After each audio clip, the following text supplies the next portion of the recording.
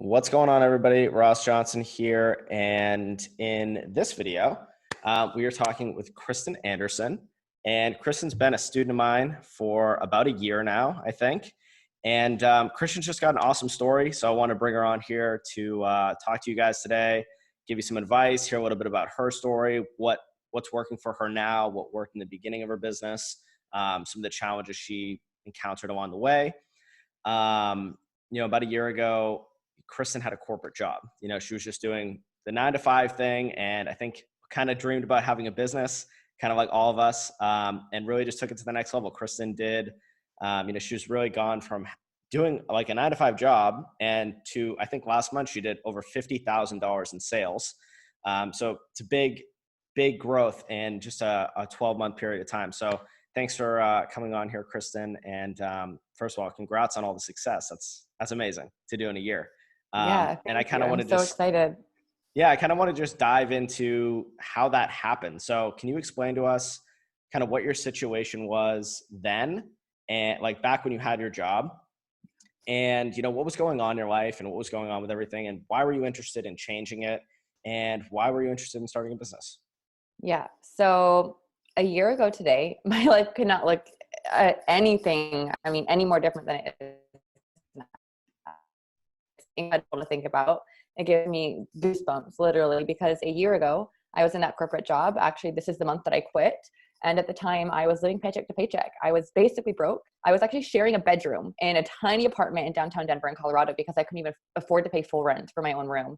And I was miserable in my job and I knew I wanted to have an online business. I had tried network marketing for years, but it just wasn't my thing. And that's when I decided to start doing this. I teach manifestation, I coach manifestation, and it was just something that really interested me. And I started sharing about it. People loved it. And I decided, oh, maybe I can make something out of this.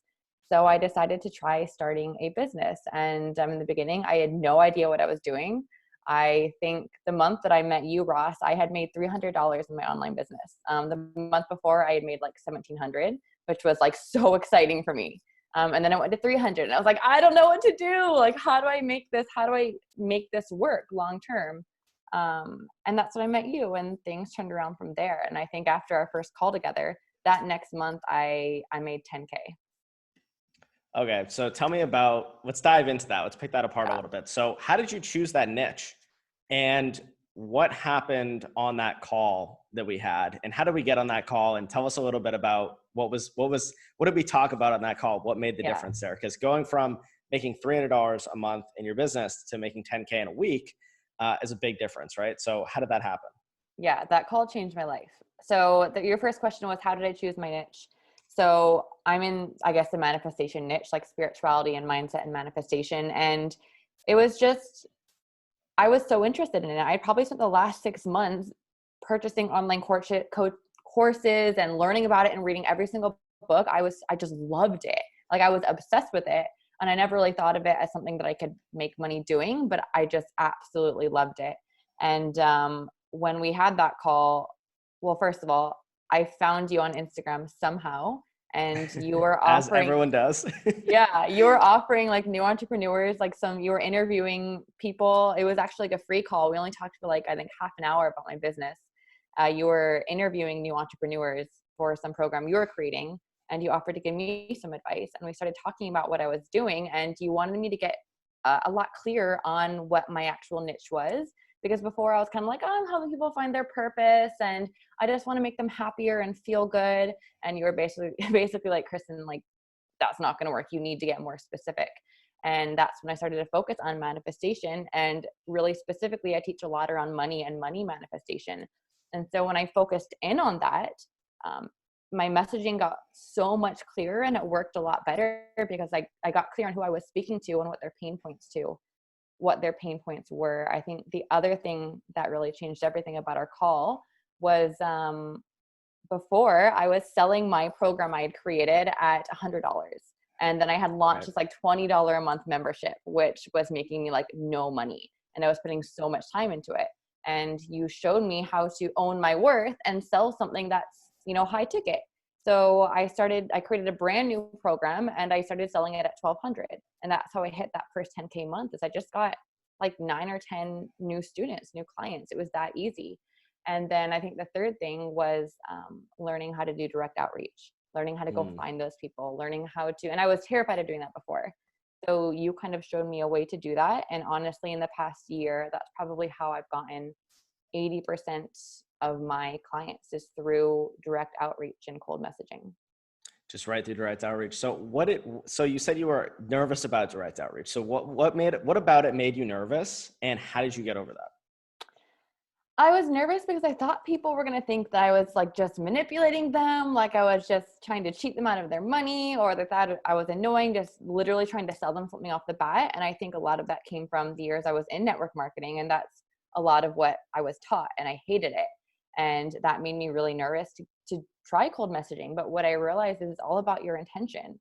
And if you're coming at it from this place of like truly genuine interest in that person, it's not manipulative at all. And in fact, now, looking back, I have people literally thank me and say, thank you so much for reaching out to me. I would have never said anything to you. And because of that, I joined your academy and it changed my entire life. Right. So some people are sitting there so nervous, they're never going to reach out to you. They need help and they're just waiting for that person to swoop in and start talking to them. And so, when I started realizing that, that changed the whole game for me. And so it was kind of just a mindset shift of people are out there and they need your help. And a lot of them aren't going to reach out to you. So it's up to you to go and find them. And if you're coming from a genuine, authentic place, 99% of people are not going to be annoyed with you. They're going to be grateful. And so you didn't really get the response you thought you were going to get. You got a positive response. Right. Exactly. And you've helped a lot of people. I've helped a lot of people. And most of those people I've reached out to are so grateful. Even the ones that didn't sign up for my academy. Like, obviously not every single person I reach out to is going to end up working with me, and that's fine.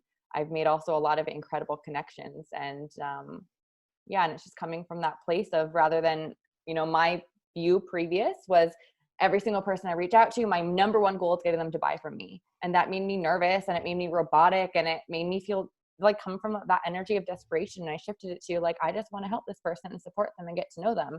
And maybe I have a solution for them and maybe I don't, but either way, I'm going to get to know them as like a real authentic connection. And I want to know what they're struggling with, and I want to see how I can support them. And maybe that's my academy, and maybe it's just a friendship or a connection. And either way, that's fine. And so that kind of released that tension and that pressure on, I need to make a sale. And then I started to naturally make way more sales because I didn't care as much. That's a great point too. I think a lot of people don't understand that it's actually, if you're trying to make sales, it's actually more persuasive to care less. I think about it, like I always try to tell people, even in some of my programs, I'm sure you've seen, like one of the analogies I give is like, if you're trying to approach a woman at a bar and you're trying to take her out, and you're like, you have this weird needy energy where you like have to get her out of the bar in like 15 minutes, it's going to come off sketchy. And, she might be more interested in someone who is a little bit less needy, and is playing more of like the long game than like the short game. And so I love that mindset shift of short-term thinking versus long-term thinking, because in reality, how many of those people have you reached out to, and then 3 or 4 months later, they're just like come out of the blue and they're like, hey, oh, by the way, like I actually have the money now, and like I'm, it might be interesting to work together. Like that does happen. People circle back around.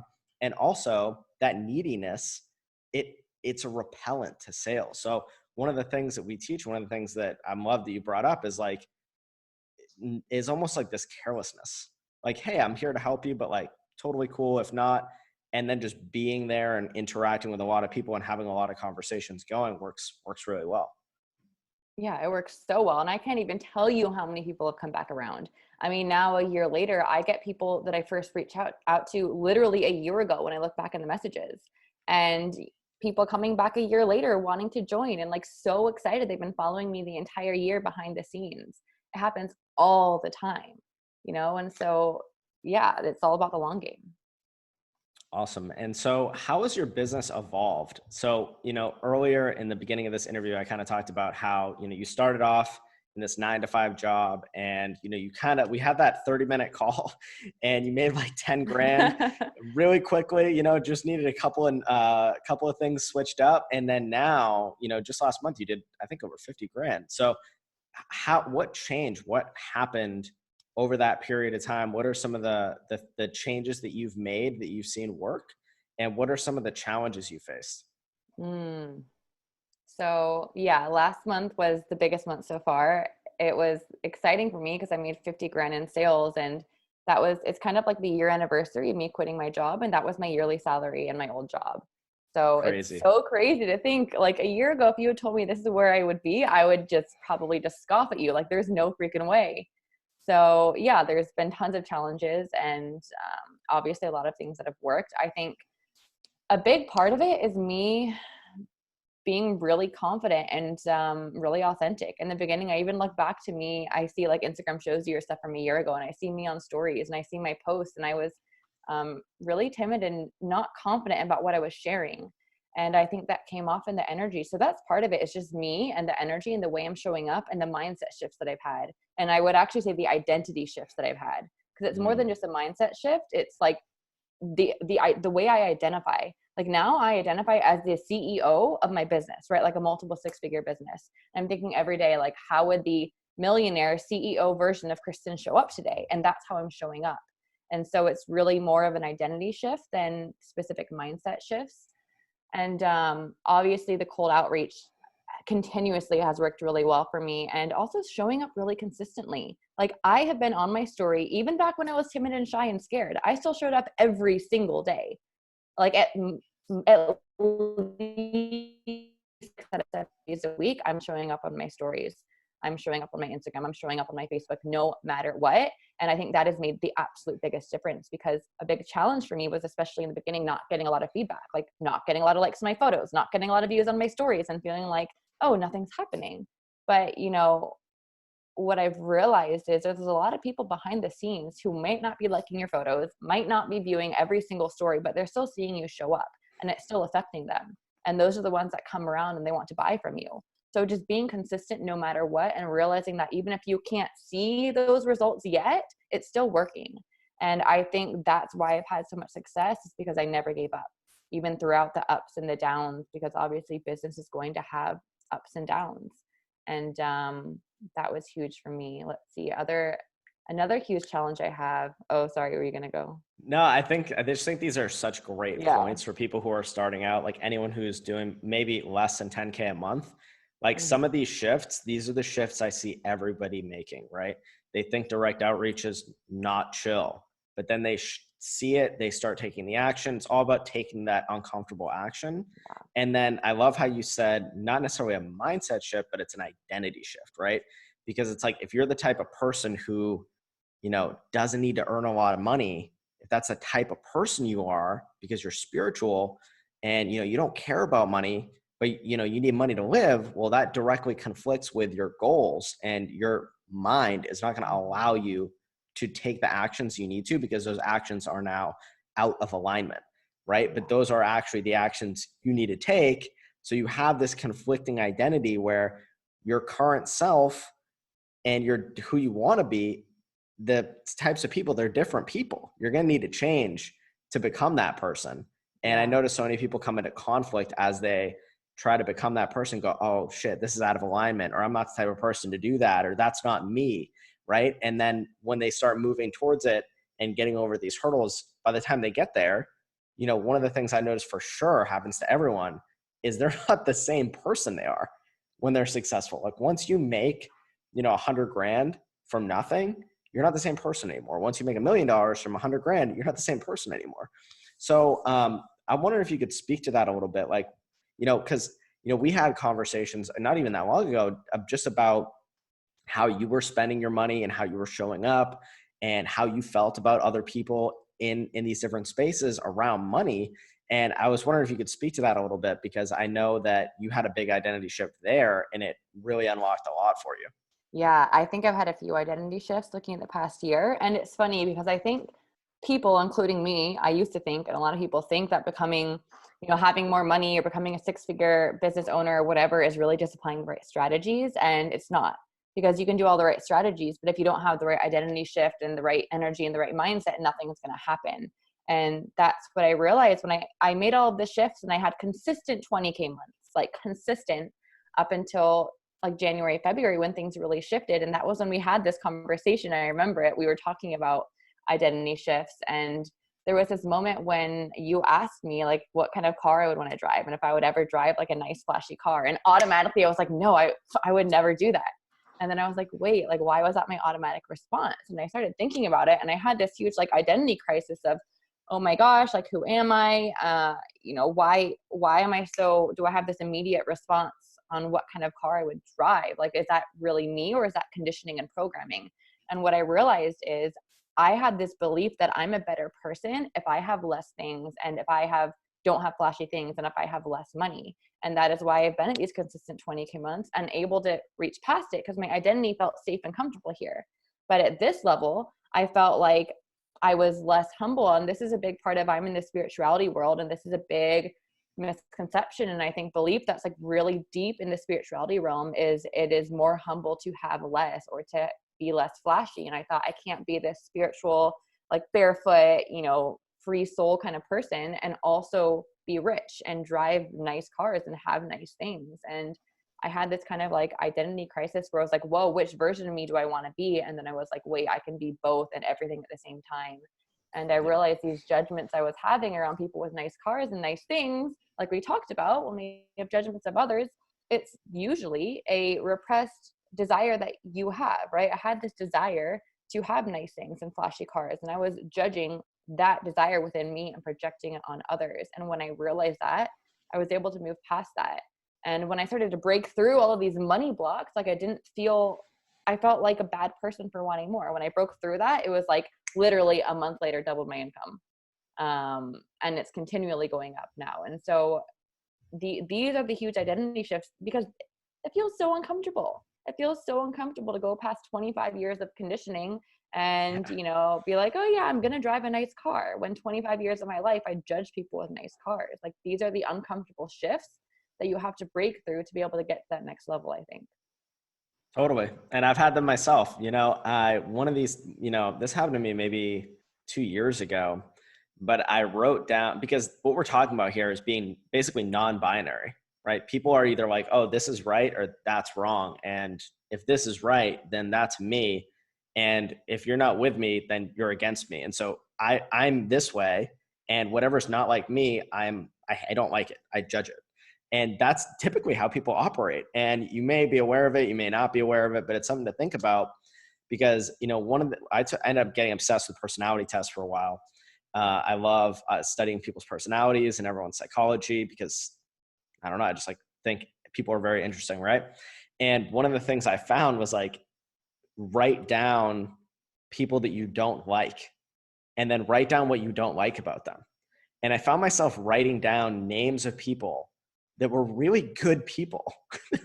Nothing wrong with them. They helped people. They were very nice. They invited me out. They were totally cool, but I didn't like them because they were very expressive. And it was weird. And I noticed I wrote down 3 people that I didn't like them all for the same reason. They were very physically expressive, flamboyant in a way. And it was because I didn't feel comfortable being like that. I judged them because I was afraid to be that way myself, right? I had this whole thing about being afraid to dance. And then I ended up moving into that. So one of the biggest ways you can change is literally doing the opposite. It's moving to the dark side, doing what you don't like as a way to change your identity, and kind of balance those scales out a little bit more. And I ended up doing that. I ended up dancing and ended up becoming a whole new level of confident. And it sounds like you had a really similar experience in your own way. And I think that's something that everyone experiences, because at the end of the day, your business is it's basically this giant personal development vehicle. But at first, no one sees that. It's this invisible personal development vehicle. People are like, oh my God, I didn't realize how much I was going to have to grow through this. I thought it was just I post a Facebook ad and I get really good at the technical stuff and it just works out. But I know so many people who do the right things. They do the same stuff that you do, and they don't make it happen. And I've been studying why that happens for a very long time. And it is because of these conflicting identity shifts. They're not willing to become successful, right? Successful isn't something you do, it's something you become. Yeah, because it's uncomfortable. You have to have the uncomfortable shifts. like you started dancing after I realized the whole thing with the car. I went out literally 2 days later and I rented a really nice car, and I felt so uncomfortable. And I noticed that as I was driving it around, had these thoughts of, oh my gosh, everyone is judging me. I know everyone's judging me. And I realized, no, I'm just judging myself. This is that voice in my head that's been there my whole life telling me that I'm not a good person if I have nice things. And that is how I broke through it. Like I right away was like, okay, I got to break this.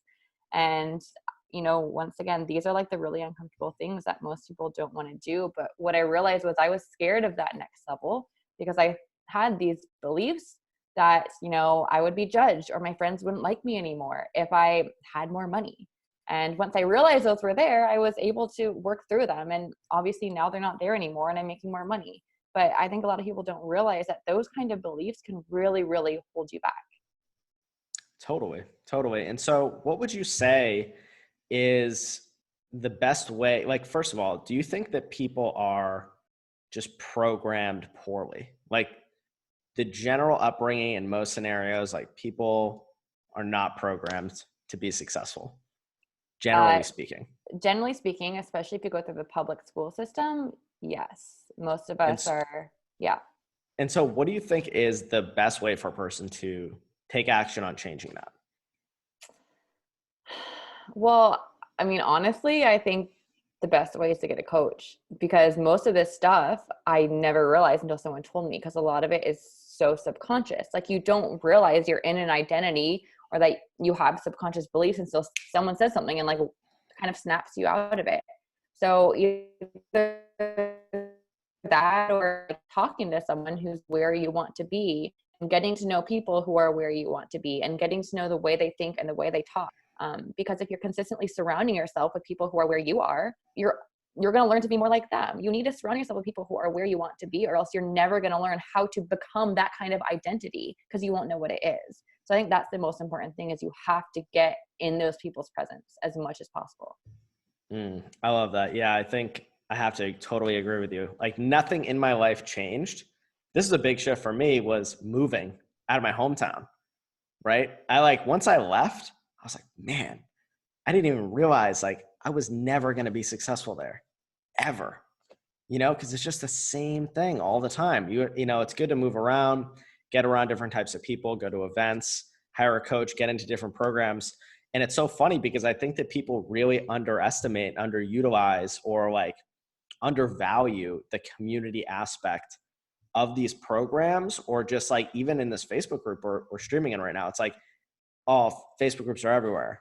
Or like, oh man, communities always come with programs online, and it's like people just undervalue it. But it's like that, if you're in a bad environment right now and you don't have the money to move, you need to outsource your environment to online, because you can be around anyone you want online and you can have calls with anyone you want online and you can join programs with other people who are going in the same direction as you or are more successful than you. And you just have that access now. It's like crazy. Like, I mean, this wasn't a thing 15 years ago. You know what I mean? It's like, this is a new thing our generation gets to experience. And I think that's why so many people are becoming successful today, like bootstrapping it. I mean, you didn't have any outside investment. You did this all yourself with some manual labor on social media, right? So Yeah. anyone can really do it if they just get in the right environment. Yeah, but that's the thing is I think a lot of people get stuck.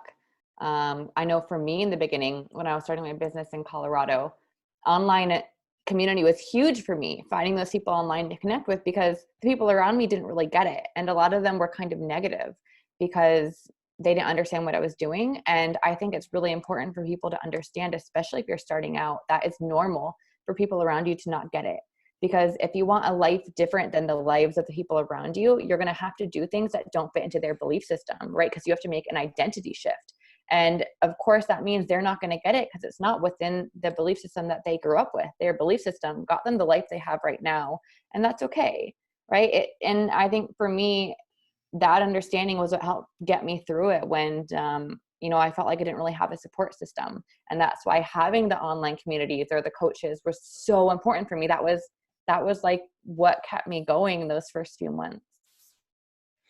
Yeah, I think it's just crazy. It's just crazy important. Okay, cool. So I want to ask you a couple more questions here. What are some things you wish you knew earlier? like when trying to start your business and get it off the ground, you're doing it yourself. I'm sure you were on, listening to podcasts and watching YouTube videos and doing the whole blog thing. What are some things you wish you knew back then? Like, what would you tell yourself? Um, oh my gosh, so much. First of all, there's no damn rush, like slow down. I was constantly feeling like I had to, double my income every single month or whatever. And I was putting way too much stress on myself. The other thing is like, you don't need to do everything. Like in the beginning, I had my first course and I was trying to do a membership and I was starting a podcast and I was thinking about starting a blog. I literally had like 20 things I was trying to start because I thought to be successful, I needed to have every single thing so I could have all these streams of income. And it was just backwards, right? What you really need is to focus on one thing and make it just amazing. And so those first few months, I drove myself crazy trying to do everything until I talked to you and you kind of like, drove my focus in on, Kristen, you just need to create this one course and you need to make it really, really well. And you don't need to be doing podcasts and YouTube and book and 20 million things and ebook and blogs, like just focus on one or two social media channels. And that changed everything for me. And I wish I knew that in the very beginning because I would have saved myself a lot of stress and a lot of struggle. And by the way, you are doing those things now, right? Right. So Now I am. it's not about either or, it's about when. And I love that because, some of these things we're talking about here are like the pillar lessons, right? Like focus is one of the biggest problems I see. Like no one teaches you how to focus. In fact, I feel like culture today and like the way that things are is training you to not become focused. Like if you go on TikTok and start watching TikTok videos, you're going to fuck up your brain. I'm sorry to everyone who loves TikTok. It might be a good platform to market your stuff on, but like if you're on there watching videos all day, like it will literally fuck your brain up. Like you will have a short attention span like a goldfish and you'll have a hard time. You'll be working, you'll want to get up and go to the bathroom and get a snack and maybe smoke some weed or go for a walk or like call your friend or text someone or open up Instagram and forget what you're doing. Like it'll be crazy. And then, I call that micro focus. And then macro focus is also like, how many offers do you have? If you're making less than 20 grand a month, like I only want to see one offer. I would even argue to say like under 50 grand or even 100 grand a month, like you should be able to do those numbers with just one offer. Right. And only through like a couple of channels. Maybe you have an email list, maybe you do Instagram, maybe you have a Facebook group. Like doesn't need to be anything crazy. And in fact, when you make it crazy, your focus goes everywhere and you don't really get any traction at all. But, one of the things me and Kristen are working on now is like, she's really maxed out her time for herself, right? So now she's bringing on some team members. She's got an assistant. She's got a salesperson. She's bringing on these other people to get her time back. And now she's able to start doing YouTube and doing all these things. And she still has time. She still has a life. Like it's not this crazy thing. I mean, I don't think anyone has a life right now because of coronavirus, but you know what I'm saying? It's like, you're able to juggle all these things and it's not really impairing your ability to do what you need to be doing as like the CEO of your business. Right. Yeah, exactly. And it's been so helpful. Now looking back, I can see how crazy it was for me to want to do all of it at once because I like right now, there's no way I would have had the time unless now I do because I have, team helping me. But without that, I would have gone insane. I would have burnt out really fast. Well, that's the thing, right? Is I don't think people, when they're starting, I don't think they realize what a business looks like when it's going and how much time it takes to tweak all the little things, make your product better, make your offer better, make your messaging better. You like start picking apart all these different things. And I know one of the things we're really focused on with you is your webinar, right? Mm-hmm. And I think like so many people want to jump out of the gate and like you said, do all these things or like automate their business right away and like start making that passive income. And, one of the things me and Kristen have done, she's probably done her webinar, I don't even know, 50 times live. So many times. Live. And has it gotten better? So much better. I mean, I think when I started doing it, I was typically having one, maybe two sales on a really good webinar. So it was basically just crickets. And now months later, I'm like pretty consistently doing like, having 10K sales days off of webinars, if not more. I had one webinar that made me 17K. and it's because In an hour every and a single half. webinar, right, in an hour and a half, every single one, I'm tweaking something. Like I've switched my slides, and even just like small things that I'm saying or intonation that I use or the way I interact with the people who are on it. So every single webinar I'm adjusting, and it's getting better and better and better. And, because there's not that much difference in the audience that's there versus the first one I ever did. It's me, and it's things that I'm changing. It's taken months to get it to this point, but now it works so well. Yeah. And I think people then when they're doing things, they don't realize that they think like, oh, I'll just do it 3 times and get it really good. They don't realize how many things are going to change. And everything is everything. It's like that with your product. It's like that with your social media. Anyone on this call or anyone who sees this, it's like you look back at your social media a year ago and you're so much better. And it's like, that's where you want to get. You want to prove and then automate, not try to get too far ahead of yourself. Right. So you've been a customer for like mine for a long time. I feel like Yeah. probably like almost a year now. Yeah. And you've been through a lot of my programs and stuff. So what's like one piece of advice you'd give to someone who either wants to start a business or wants to grow their business? Invest in yourself. I mean, you absolutely have to. I've been in the online space for almost 4 years now. And the last year, obviously I had massive success. Before that, I failed over and over and over and over and never made more than 1,000 in 1 month until I got help and I met you and you changed my whole business and everything. It's like, you have to invest in yourself. And the reason I didn't for the first 3 years is because I was scared. And I was scared of spending money. But now looking back, I realized once again, this is the identity shift, right? What does the millionaire CEO of Kristen do? She takes risks and she makes investments. And I continue to do that. And, like I said before, you have to learn from people who are where you want to be. If you sit around and try to do it yourself, it's going to take you years and years and years and a lot of stress and a lot of struggle when you could literally learn from someone who's already there and have that same growth in a month. And that's why I've been so successful, I think. Yeah. And even with everything that you do too, like you would say that same thing to your clients, right? Who are trying to change their mindset and do all these things. It's just like, you have to get help.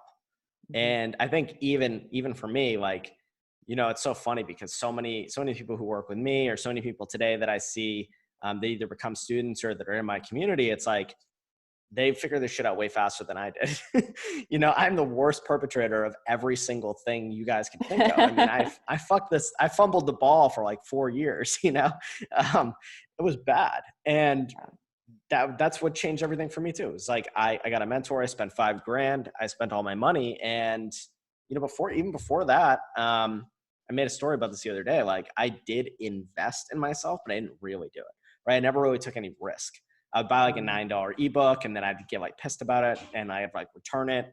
And I was like this shitty client. And, like I would always want more for less, or like I would always like, I'd be like, well, what's the return policy? If it doesn't work out for me. And like, I just was like outing all my ways out. I was looking for them all. And I think so many people do that. And one of the things I've been telling people a lot now, which is like, be the client you want to attract. Right. And it's like, even the same way for you, it's like, if you want to attract a certain person, you have to like be that person. And so if you're refunding things and ghosting people, like vendors that you're reaching out to and like doing all these things, like you should pay attention to that. If you're not showing up to calls on time, you should pay attention to that, because people are going to start doing that to you. So if people are ghosting you or returning things and not paying you what you want to pay, like people are only going to invest in you what you've invested in yourself. Right. And so that's for me, that's like, I hear you on that. It's one of the biggest things I've learned. I've invested like, I think around $350,000 in mentors and coaches and education. And, because of that, I don't feel, I've had people pay me 6 figures in contracts, just one client. And so, but I don't feel uncomfortable about that because of the information that I've collected and the way that I've invested. It's like, we're the same person. I'm like, oh yeah, I've made an investment like that before. And I'm like, oh yeah. And it's the same way with you. Like, you don't get nervous about investing or what people are paying you. You're like, oh no, this is fine. I wouldn't say I don't get nervous about investing. And I think that's important, because you should be making investments that make you feel uncomfortable and, a little bit nervous, but also, like, I'm not nervous to this point where like, I don't want to do it. right? I'm like excited and I know that it's an investment in myself, but investment should make you feel uncomfortable, right? It's a risk. That's how you level up, make those identity shifts, because in the beginning, I think the first time I invested in you, I went to your mastermind, and that was the biggest investment I'd ever made in myself ever. And Yeah. I was scared. Like I remember putting like in my credit card number and being like, whoa, I really just did that. And, so investment should make you feel a little bit uncomfortable, or you're not growing. Like I continue to make bigger investments in myself now. And yeah, you can't expect people to invest in you if you're not investing in yourself, because your business is literally a reflection of you.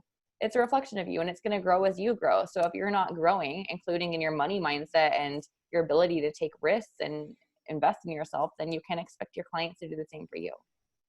Yeah, I love that. I call it forced standards. Like if you want to start making a shitload of money, move to Los Angeles. Because it's going to be expensive and you're going to have to make more money, and you just will automatically. Trust me on this. It happens. If you want to make a little bit more money, move into a house that's a little bit outside of your comfort zone. You'll grow into it. And that's what I've always done, is I always get something and I grow into it. I get something else, I grow into it. I move to a really expensive location and I grow into it. And then all of a sudden what's normal for you is like spending like $20,000 a month on your lifestyle. And like, a couple years later, and you're like, oh, okay, now if I want to go move to like a shack somewhere, I'm just like cash flow city. Like I have so much money that I'm used to spending, and now I'm not spending it anymore. So yeah, it's a really interesting thing.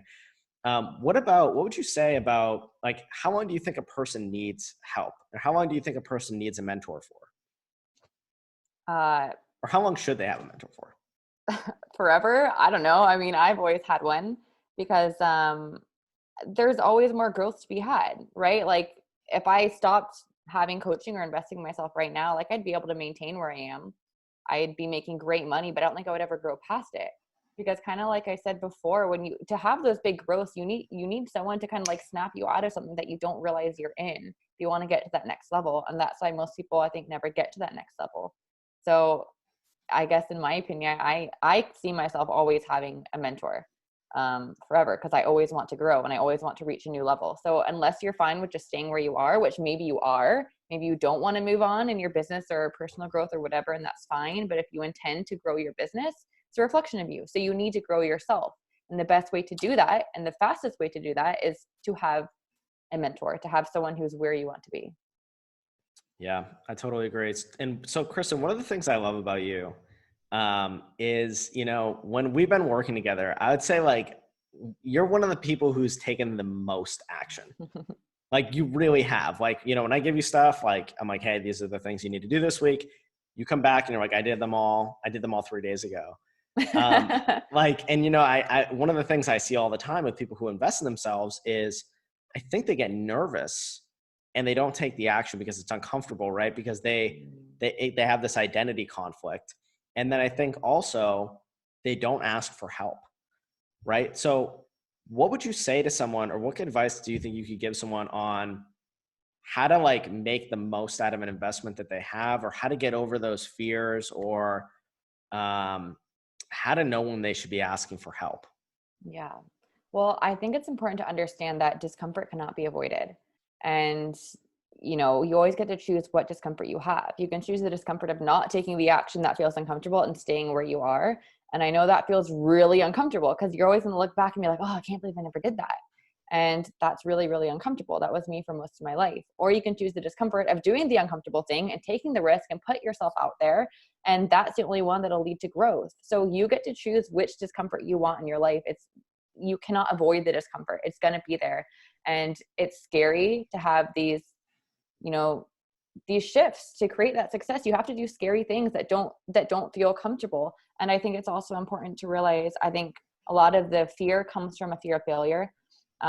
Fear of not doing it good enough, a fear of people not being accepting of it, or, that's a lot of what it was for me. And what helped me through that is kind of like shifting my mindset around failure and what it really means, and realizing that for me, like failure doesn't really exist.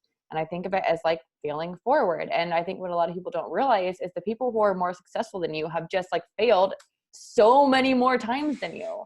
And, failing is not a bad thing. That's just like this meaning that our brain has chosen to give to some story in our life. And you can shift that story. and look at it as, you know, each failure is just a lesson to help you get to that next stage that you actually want to be at. So when you're avoiding failure, when you have fear of it, and that's holding you back, you're literally avoiding success at the same time, because you can't have one without the other. So if you have fear of failing at something, you can literally just, like, you're holding yourself back from having any kind of success. So when I realized that, it helped me, because then I could be like, okay, I realized that I'm having fear of failing. And then I would go through this like story in my mind of like, okay, let's think about this. Like, is failure actually a bad thing here? I know that to get where I want to go, I need to have more failures. That's what's going to help me grow into the person I need to become. So that helped me overcome that fear of taking action, because I realized most of it was just coming from fear of failing. And once I didn't have fear of failure anymore, it didn't matter. And now I can, it's just like, I can do anything. It doesn't matter. It's so important. And I think, you know, another way of saying this too is like, that's your imagination. And I don't think that people realize how powerful their imagination is. You know, you take in, your body takes in information from your environment, and it creates this reality in your head, but it also takes in information from memories, future, your thoughts, like your imagination. You know, I'll share a little quick story with everybody. I used to be really afraid of planes. Like, I did not like flying. I hated it. I thought I was like gonna die on a plane. And what happened was I bought all these flying programs. And one of the programs that I took, they said, you know, if you were getting chased by a tiger, if you know, fear is like 0 to 10, you would only ever be able to go up to level 4, because after that, you will literally be paralyzed. And in a really scary situation, if a tiger is actually chasing you, you have to be able to get the hell out of there. And so your body will only allow you to get, in a real situation of fear, so much. Like, it'll only allow you to get to like level 4 or 5.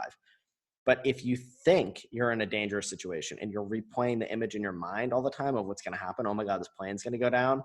What's that bump? Oh my God. You can get to a level 10 fear, and you can become totally paralyzed and like black out from fear. And this is what people do in their business. It's not a real thing. They're afraid. They're playing this image in their head of like, oh, if I reach out to someone, you know, what if they say this thing, and then, oh no, and then what if this happens, and then what's that going to mean about me? And then, oh my God, people are going to think that I'm like trying to scam them, or like this is going to be super like sleazy. I don't know. And then all day long, they're like racking their brain around this thing, and it's like kind of like a feedback loop. It's just playing and playing and playing, and then it paralyzes you, and you can't do anything. Right? Because it actually starts creating a belief, because every single time you think about something, it's like kind of stacking a rock on part of that, and like hammering down that belief. You know, it's like every time you think about something good, it's hammering down that belief. And so it's really about, I think what you're saying is like, it's really about controlling your mindset and controlling your thoughts so that you don't get paralyzed and that you can take these actions. Yeah, absolutely. You have to stop those cycles, because I find myself in those cycles all the time, and that's what creates the fear. But then I become aware of it, and I replace it with a better thought. Like, does it feel good to imagine all day about my webinar flopping? No, that doesn't feel good. So why would I imagine that? So I can choose to imagine something else. So I replace it with an imagination or a scene that feels better. And I feed my brain that over and over and over. Every single time this happens, I catch it, I have awareness around it, and I feed it something else. And after I've done that for so long, it becomes now a habit. It's just ingrained. My brain goes to that best case scenario rather than the worst case, because I've done this so much. And that's the thing, is like, you have to notice it and shift it and switch it, because the more you do that, the more it becomes ingrained. Like, you're basically reprogramming your mind. Like we talked about before, most of us aren't programmed for success. You have to reprogram it. And that means every single time noticing it and shifting it. Yeah. And by the way, everything you do is programming your mind. If you watch the news every morning, you're programming your mind. If you're on TikTok every day, you're programming your mind. If you're watching Tony Robbins videos about your mindset 24/7, or you're in one of my programs and you're watching that stuff all the time, you're programming your mind, right? If you're watching this interview, you're programming your mind. All these different things. Every time you pull out your phone, it's interrupting your attention span. Like, everything you do is training your brain. And you should be very carefully, I think, looking at what you're doing, because it is changing you in a certain way. So here are some of the things that I took out of this interview that I think would be kind of good take-home lessons for everybody. So you started out, you had this 9-to-5 job, and, you started your business and you did it without any help, right? So you were learning from anywhere and everywhere, which is what everybody does. I did the same thing. It's like blogs, YouTube channels. You're just trying to figure out, what the hell is this? I was What's going going on? crazy. Too many Yeah, voices. not very focused. And then we got on that call, and some of the things that changed was like, you went from making basically no money to making, I think you made like $7,500 in 6 days. I think I have a video of you saying that. And some of the things that changed were you actually did a marketing strategy that wasn't just like, oh my God, we're going to launch, which I think you did before, right? And you made like $1,700, but then afterwards, which happens to so many people, you made $300, and the business, you got all the customers, and then there was nothing. Yeah. And so that's a huge thing I think so many people can take away from this is, launching is a great way to start, but it's not this sustainable thing that's going to keep getting you money every single day. But the direct outreach, that is one of those things that you can do every single day. You could get like at least one sale a day, it seems like. And, staying really focused on that until you got it working. Because I know one of the things we did together was you changed your messaging, and now you've got this like bulletproof script. And I mean, you could, even if you wanted to hand it off to someone else, like the script works, how to get people sold on that. And now you're moving on to another marketing channel, getting your webinar working, and then moving on to another marketing channel, getting YouTube working.